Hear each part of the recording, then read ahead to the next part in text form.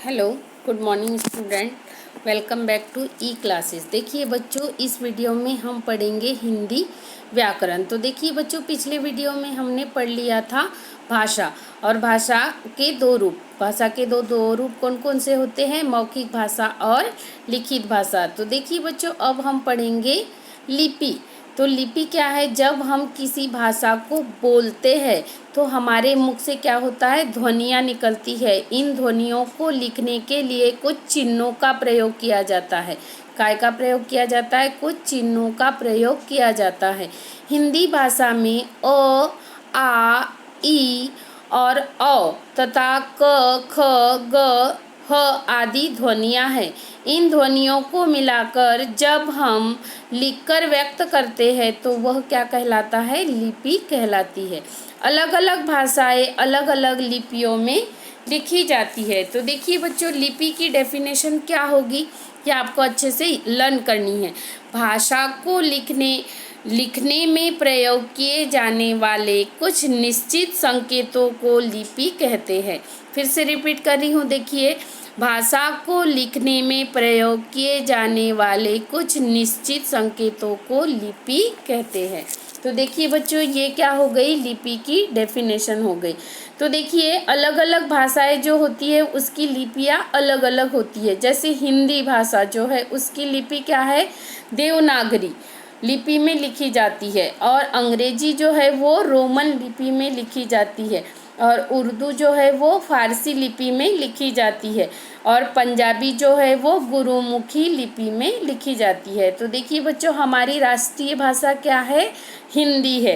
तो हिंदी जो है वो कौन सी लिपि में लिखी जाती है? देवनागरी लिपि में लिखी जाती है। इसके बाद है आपका व्याकरण।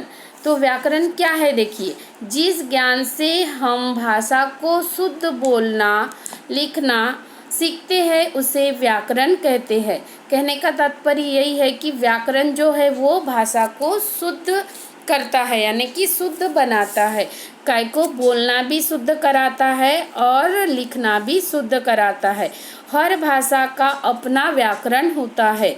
जैसे अंग्रेजी में आप ग्रामर पढ़ते हो, इंग्लिश में पढ़ते हो कि नहीं, मराठी की ग्रामर अलग रहती है, वैसे हिंदी की भी जो व्याकरण है या ग्रामर जो है वो अलग होती है।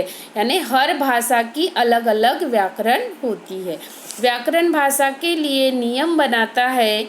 नियमों का ज्ञान होने पर ही हम भाषा को शुद्ध रूप में बोलना और लिखना सीखते हैं। तो देखिए बच्चों, व्याकरण क्या करता है? जैसे मेरी माँ अध्यापक है, तो आप ये सही वाक्य है क्या? नहीं। तो क्या होगा? मेरी माँ अध्यापिका है। लड़के जाती है, ऐसा बोलेंगे क्या? नहीं। हम क्या बोलेंगे? लड़के जा रहे हैं, है ना। तो देखिए बच्चों, दादाजी बगीचे में टहल रहे हैं। तो दादाजी है तो क्या होगा? नहीं, दादाजी बगीचे में टहल रहे हैं।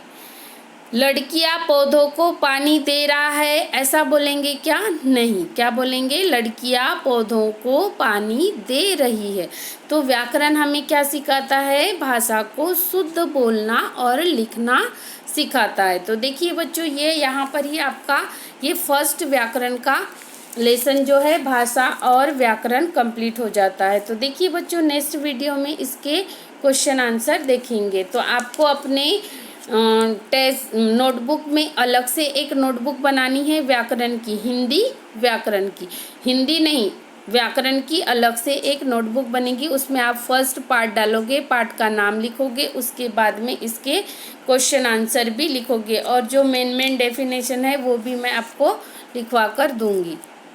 Thank you. फिर नेक्स्ट वीडियो में हम इसके क्वेश्चन आंसर देखेंगे। Thank you.